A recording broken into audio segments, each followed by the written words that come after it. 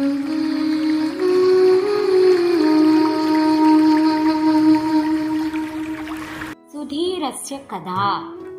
कश्चन पुरुषः अस्ति, तस्य नाम सुधीरः।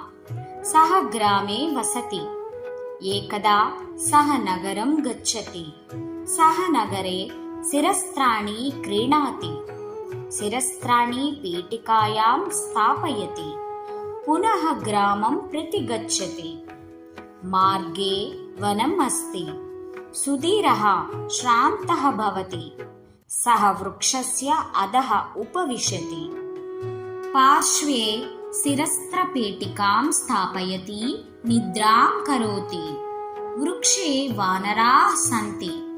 एकः वानरः अधः आगच्छति। पेटिकाम् उद्घाटयति। एकं शिरस्त्रं गृह्णाति। शिरसि धरति।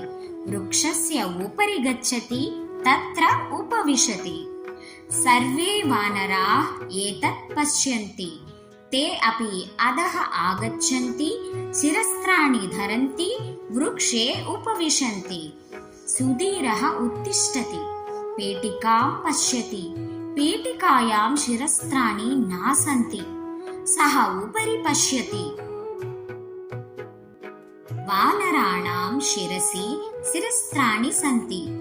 सुधीरः दण्डः दर्शयति। एकः वानरः वृक्षस्य शाखं दर्शयति। सुधीरः शिलाखण्डं क्षिपति।